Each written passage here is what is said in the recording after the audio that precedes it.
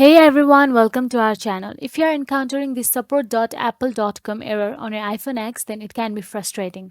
But there are several troubleshooting steps you can try to resolve it. So here are some of them.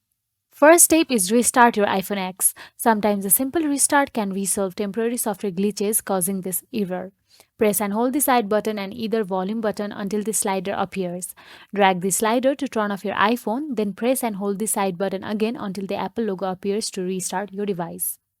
If the above steps don't work, you can try entering recovery mode on your iPhone X, restoring it using iTunes.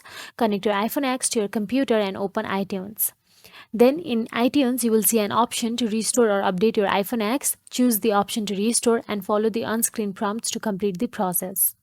Now, the third option is update reboot to the latest version and enter recovery mode using reboot.